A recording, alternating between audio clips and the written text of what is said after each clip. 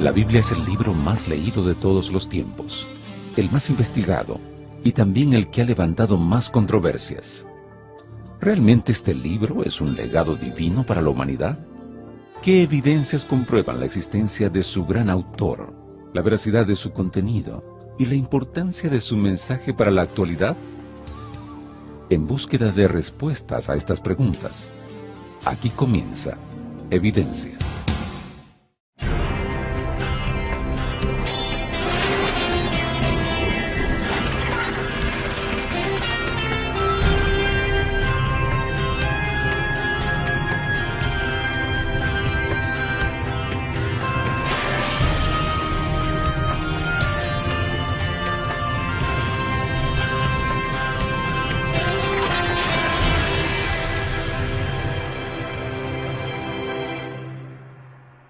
La Biblia es un libro trascendental que ya ha sido traducido para más de 2.400 idiomas. Muchos creen en sus escritos y profecías, afirmando que es un libro inspirado por Dios. Pero, ¿cuál es el origen de este libro sagrado? Para contestar la pregunta sobre cómo surgió la Biblia, en realidad es contestar una de las preguntas o dar la respuesta más fascinante que los seres humanos puedan escuchar con respecto de uno de los proyectos editoriales más grandes de todos los tiempos. Podemos decir que la Biblia surgió de la iniciativa de Dios para comunicarse con sus hijos, con nosotros, los habitantes de este mundo. El apóstol San Pedro, en su segunda carta, allí la Biblia nos dice: porque la profecía, o sea, el mensaje de Dios, no ha tenido su origen en la voluntad humana, sino que los profetas hablaron de parte de Dios impulsados por el Espíritu Santo. Esto es realmente importante, revelador. Aquí se nos está diciendo que el contenido de la Biblia no es de origen simplemente humano, pero sí que Dios usó seres humanos, los santos hombres de Dios, los profetas, guiándolos a través del Espíritu Santo para darles un mensaje que es lo que Dios nos quiere decir. ¿Sabes que las civilizaciones, desde tiempos antiguos, ellos guardaban escritos que ellos consideraban como venerables, provenientes de los dioses? Tenemos que no solamente son los hebreos los que tenían este tipo de costumbre, sino que también las civilizaciones de Mesopotamia. Y ellos aseguraban que los dioses le habían hablado y le habían indicado que ellos hacer en relación con lo divino. Ahora, si nosotros tenemos en cuenta que la Biblia es la revelación de Dios al ser humano, esa revelación se viene haciendo desde hace mucho tiempo. Hubo 25 siglos que no hubo escritura. Hasta que aparece la escritura, entonces no existía la palabra de Dios. Sí, existía, y existía por tradición oral, porque entonces todo lo que escribió Moisés desde los orígenes, que es justamente los libros que él trata, hablando, empezando por ejemplo con el Génesis, ¿no?, que significa orígenes, hasta el tiempo de Moisés, ¿qué pasó con eso? Bueno, existía, y existía por tradición oral. Con Moisés esa tradición oral se pone por escrito, porque sabemos que la definición más sencilla de historia es cuando se pone por escrito todo aquello que ha hecho la humanidad. No es que lo que existió antes de la escritura no es historia, pero hasta que no se pone por escrito no aparece como la historia tradicional que la conocemos. Curiosamente, la Biblia presenta historias situadas desde el segundo siglo antes de Cristo hasta narrativas que ocurren en el primer siglo después de Cristo. ¿Cuándo entonces comienza la producción literaria de este libro? La palabra Biblia viene del griego y es un diminutivo que significa los libritos, y está muy bien ese significado porque en realidad la Biblia es una colección de libros que se fueron escribiendo a través de 15, 16 siglos. Podemos considerar que la Biblia fue escrita a través de un periodo de casi unos 1600 años. Si queremos situar en la historia al primer autor bíblico, Moisés, escritor del Pentateuco, los primeros 5 libros de la Biblia, nos tenemos que remontar aproximadamente al año 1500 a.C. De allí hasta el último autor bíblico, el apóstol San Juan, es el mismo escritor del cuarto evangelio, de las cartas de San Juan y del último libro, el Apocalipsis, que fue escrito cerca del año 100 después de Cristo. Para hablar acerca de los autores, de los que escribieron la Biblia, de los hombres que Dios usó para escribir su mensaje para la humanidad, el mensaje de salvación, tenemos que pensar en el primero y más famoso quizás que escribió la Torá, los primeros 5 libros de la Biblia que nosotros conocemos como Génesis, Éxodo, Levíticos, Número, Deuteronomio, fue Moisés. Después de Moisés, que Moisés escribiera sus primeros 5 libros, y muchos opinan que también escribió el libro de Job, es decir, como que la Biblia por siglos consistía de esos 6 primeros libros, incluyendo el libro de Josué, ¿verdad?, que relata la entrada de Israel a Canaán. Ya en el tiempo del reinado de David, ahí nos encontramos con Samuel, que escribió los libros de jueces, escribió el libro de Ruth, y Samuel es el que inicia en Israel el estilo de escritura que se conoce como las crónicas de Israel. Y ahí nosotros tenemos el libro de los reyes, el libro de Samuel propiamente, el libro de Samuel, y después las crónicas y Esdras y Nehemías, que si bien las primeras crónicas, primero y segundo de Samuel, en parte las escribe Samuel, las crónicas de Israel son llevadas por los mismos, son compuestas por los mismos escribas de Israel, hasta Esdras y Nehemías. En el tiempo de David y del reinado de Salomón, que fue un tiempo de gloria para Israel, allí se compusieron gran cantidad de salmos, los proverbios y el poema que es el Cantar de los Cantares y el libro de Eclesiastés. Si después pasamos a los libros proféticos, bueno, los libros proféticos, el nombre de los libros lleva el nombre de los autores. El libro de Isaías, Jeremías, Ezequiel, Daniel y los 12 profetas menores llevan el nombre de sus propios autores.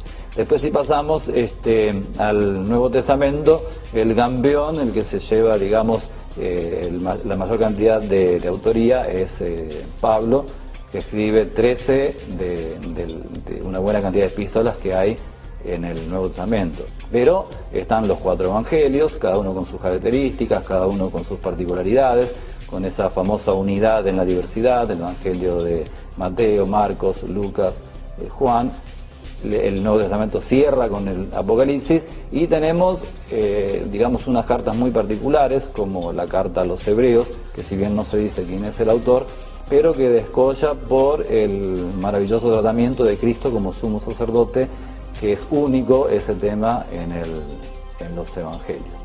Bien, hay también una crónica, tenemos una crónica en el Nuevo Testamento, en los Hechos de los Apóstoles, que es una crónica compuesta por Lucas, que él mismo no es un apóstol, no dice ser profeta tampoco, pero que actúa como cronista de la iglesia primitiva, de la iglesia cristiana. Para la composición de la Biblia, tal como la conocemos ahora, con los 66 libros, 39 del Antiguo Testamento y 27 del Nuevo Testamento, que son los libros que la iglesia cristiana aceptó como canónicos. Estoy hablando de la iglesia cristiana desde los primeros siglos, que aceptaron como canónicos, son 66 libros. Durante la producción del texto sagrado, la cultura local en Israel fue cambiando con el paso de los años y el dominio de los imperios. Evidencia de eso es que los manuscritos de la Biblia fueron escritos en idiomas diferentes, cada uno de acuerdo a su periodo histórico. La Torá, los primeros 5 libros de la Biblia, fueron escritos en hebreo, excepto un par de versículos o referencias que tenemos en el libro de Génesis, que fueron escritas en arameo. Pero la mayoría de este cuerpo fue escrito en hebreo. Al igual que los profetas, que también fueron escritos en hebreo, los salmos y la mayoría del resto de lo que se conoce como la Biblia hebrea, el Tanakh, la Torá, el Nevi'im y el Ketuvim. Pero ese no fue el único idioma utilizado para el primer testamento. También fue utilizado el arameo. El arameo es una versión diferente de un lenguaje semítico de esta parte oeste. Tenemos que era la lengua franca durante el periodo de los asirios. Tenemos que, además del Antiguo Testamento, tener esas frases que mencioné, tanto en el Génesis como en Jeremías. También tenemos en el libro de Nehemías, y la primera parte del libro de Daniel la tenemos completamente en arameo. Probablemente el primer evangelio que tenemos en el orden canónico es el Evangelio según San Mateo. Fue escrito originalmente en arameo. Así que tenemos esta tradición aramea aún en el Nuevo Testamento. El griego también es el lenguaje el cual se utilizó para escribir la Biblia. El griego que vemos en las Escrituras no es el griego clásico, el griego de Homero, el griego de los clásicos como Sócrates y Aristóteles, que escribieron a las grandes masas elitistas, o las masas elitistas de Grecia, de Atenas, sino que tenemos que era un griego vulgar, el griego koiné, el griego de la calle. Y no teníamos evidencia de este tipo de griego, porque solamente teníamos las novelas, los tratados de historia, y después teníamos el Nuevo Testamento. Pero desde hace 150 años y un poco más, hemos ido encontrando literatura, evidencia epigráfica de escritos en este tipo de griego koiné, el griego de la calle. Y tenemos que los evangelistas y tenemos que las cartas de Pablo fueron escritas en este griego el cual las personas podían entender. La diferencia entre Antiguo y Nuevo Testamento, aparte del idioma, uno fue escrito en hebreo y el otro en griego, es la brevedad de tiempo en que el Nuevo Testamento fue escrito, un siglo con respecto del Antiguo Testamento, que fueron más de 1500 años. De todas maneras, la división artificial entre Antiguo y Nuevo Testamento se soluciona pensando en la misma denominación que la Biblia hace de ella misma. La Biblia a sí misma se llama Palabra de Dios o Escritura, o Escrituras en plural. Es decir, el Antiguo Testamento y el Nuevo Testamento unidos conforman las Escrituras, la Palabra de Dios o la Biblia.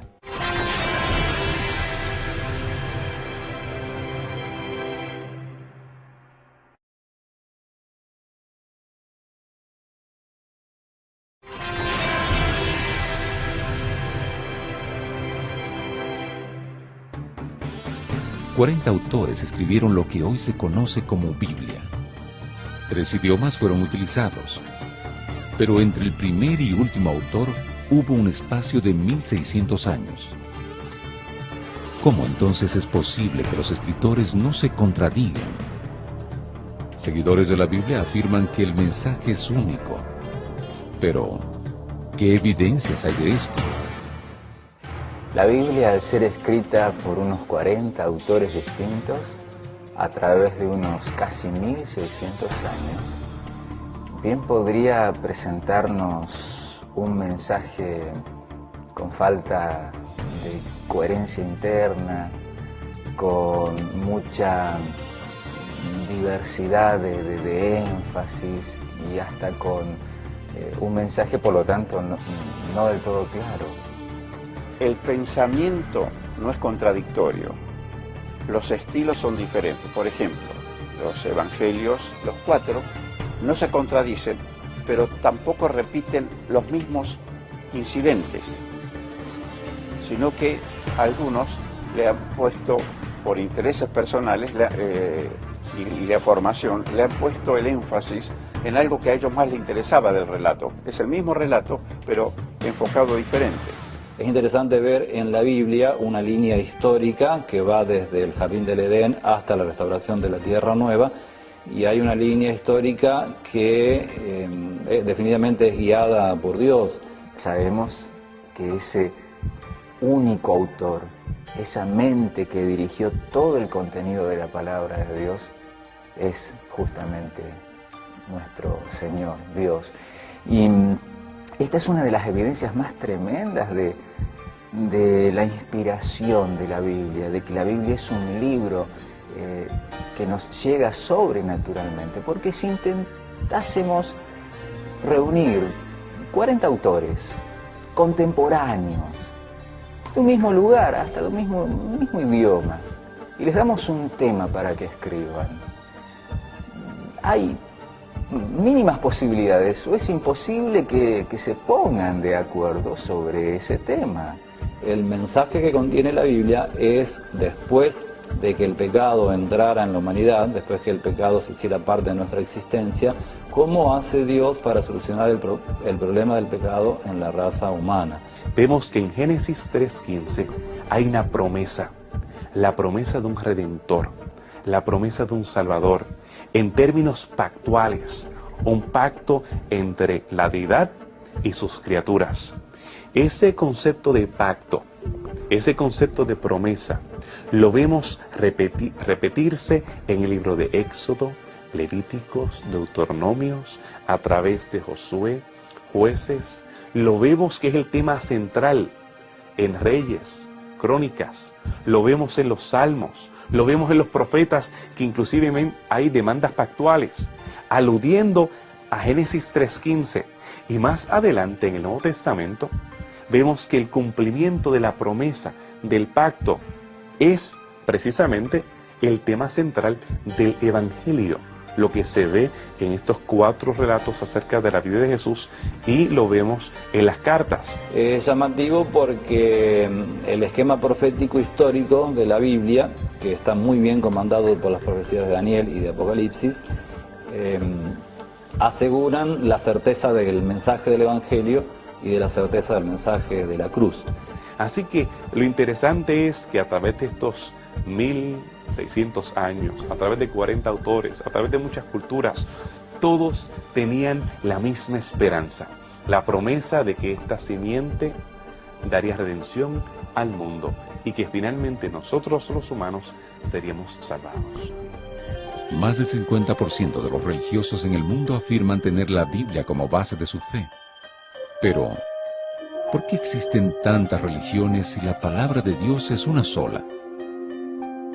¿Por qué tantas divisiones aún mismo dentro de las mismas sectas religiosas? Los samaritanos, que todavía existen hasta nuestros días, solamente reconocen los primeros 5 libros de la Biblia, la Torá. Ellos toman una porción de las Escrituras y de ellas se aferran. Los judíos solamente aceptan los primeros 39 libros, o la Biblia hebrea, dividida entre Torá, Nevi'im y Ketuvim, el Tanakh. Los cristianos reconocemos que ese pacto hecho a Adán y Eva, y ese pacto a Abraham en Génesis 12, fue un pacto para todas las naciones. Y vemos cómo Dios se continuó revelando, no solamente en el Pentateuco, no solamente en los primeros 39 libros, sino también en los libros que nosotros llamamos el Nuevo Testamento, los Evangelios y las Epístolas. Más adelante, en el año 600 y tanto después de Cristo, en el siglo VII, en el Islam, tenemos que Mahoma reconoce la importancia de la revelación dada a los judíos y a los cristianos. Y entonces él propone que nueva revelación, lo que se llama el Sagrado Corán. El hecho de pensar de que las religiones cristianas tengan como fundamento a la Biblia y otras religiones tengan mucho que ver con nuestra Biblia, la Biblia cristiana, la Biblia hebrea, el Corán, todo hace pensar de que Dios es uno y Padre de todos, y que de alguna forma la idea y el pensamiento de Dios está presente en el corazón de todos los seres humanos, y que todos de alguna forma, como dice el apóstol Pablo en Hechos 17, aunque sea palpando, tratamos de encontrar a Dios. Los cristianos ven evidencia en los escritos del Nuevo Testamento del cumplimiento de lo que aseguraba el Antiguo Testamento o el Primer Testamento. En el Islam nosotros no tenemos evidencia en profecías, ni en cumplimientos, ni en cada uno de los detalles que componen estos primeros 2 testamentos. Aún así, tenemos que estas religiones, estos grupos, aseguran originarse en las Escrituras o tener como base las Escrituras. Aparte de ellos, que son las religiones más importantes o principales del mundo, tenemos varias denominaciones cristianas que también basan sus creencias en la Biblia. ¿Por qué tantas? Se estarán preguntando. La Biblia contiene la verdad, pero la Biblia es y contiene la palabra de Dios. Es importantísimo esto. Ahora, las religiones cristianas o las distintas denominaciones que se separaron del tronco original de la iglesia cristiana primitiva, por supuesto, todas tienen la Biblia. Algunos la siguen con más fidelidad y otros con menos fidelidad. Por eso las diferencias. De hecho, que es una discusión que ya viene desde los padres de iglesia, siglo III, siglo IV, siguió por toda la Edad Media, y hoy en día parece que los movimientos religiosos, en cuanto a diferentes interpretaciones de la Biblia, cada vez son más frecuentes. Pues Jesús en Lucas 24, él tomó la Torá, el Neviim y el Ketuvim, nos dice el mismo Evangelio de Lucas, que él tomando Moisés, los escritos y los profetas, les mostró lo que decían acerca de él. Vemos que él asegura que la revelación se componía tanto de este primer testamento como del segundo. Y hoy convenientemente personas toman parte de la Biblia para basar sus creencias, tanto entre los samaritanos, tanto entre judíos, entre cristianos o entre musulmanes. Pero deberían las personas que quieren buscar evidencia, buscarla en toda la Biblia para entonces poder contestar sus preguntas. Con más de 240 países en el mundo y más de 6.000 lenguas habladas, la Biblia parece ser un punto de unión entre culturas tan diferentes. Pero, ¿realmente la Biblia es un mensaje de Dios para la humanidad? ¿Qué evidencias confirman esto? Los escritos antiguos de otras civilizaciones han desaparecido. No es hasta que nosotros hemos ido con nuestra pala y hemos sacado algunos de sus escritos, algunas de sus tradiciones, como el caso de los egipcios y en el caso de los sumerios o los babilonios. Irónicamente, ellos tenían grandes monumentos, grandes templos, como el que pertenecía muy probablemente a este clavo sagrado, el cual fue utilizado para la dedicación de uno de estos templos. Estos sigurat y estas pirámides eran impresionantes en sus tiempos, pero estas religiones quedaron en el olvido, sucumbieron bajo las arenas del antiguo cercano oriente. Así que tenemos que un pueblo que no tenía tal vez poderosas espadas o armas de guerra, tenían un libro. Y a través de este libro, a través de las escrituras, ellos pudieron preservar su fe. Se habla, para validar la Biblia, se habla de evidencias internas y externas, ¿no? Por ejemplo, como la historia, la arqueología, incluso la medicina y muchas otras disciplinas, confirman muchas declaraciones del relato bíblico. Esas son las pruebas externas de que la Biblia es un libro excepcional y que hacen que uno realmente piense con racionalidad que no puede ser un libro cualquiera. Las evidencias internas es que ningún libro, y hay muy buenos libros escritos por muy buenos escritores, ningún libro ha cambiado vidas. La Biblia ha cambiado vidas y sigue cambiando vidas. Por eso es un libro realmente excepcional. Y esto está reconocido por eruditos. Por supuesto que hay gente que rechaza, hay gente que también niega la existencia de Dios. Bueno, cada uno con su pensamiento, pero no pueden rebatir la veracidad, la autenticidad de la Biblia. Eso está absolutamente demostrado. Y tampoco pueden rebatir lo que hace la Biblia por una persona que la estudia. Encontramos en la historia humana, en la historia de literatura universal, importantes textos que han sido de gran beneficio, de gran inspiración para la humanidad. Sin embargo, la Biblia es insuperable. Nos provee información original y podríamos decir que también información existencial. En la Biblia nosotros encontramos respuesta a 5 preguntas fundamentales que ningún ser humano puede eludir. Primera pregunta, ¿de dónde vengo? Los orígenes. Todos nos preguntamos eso.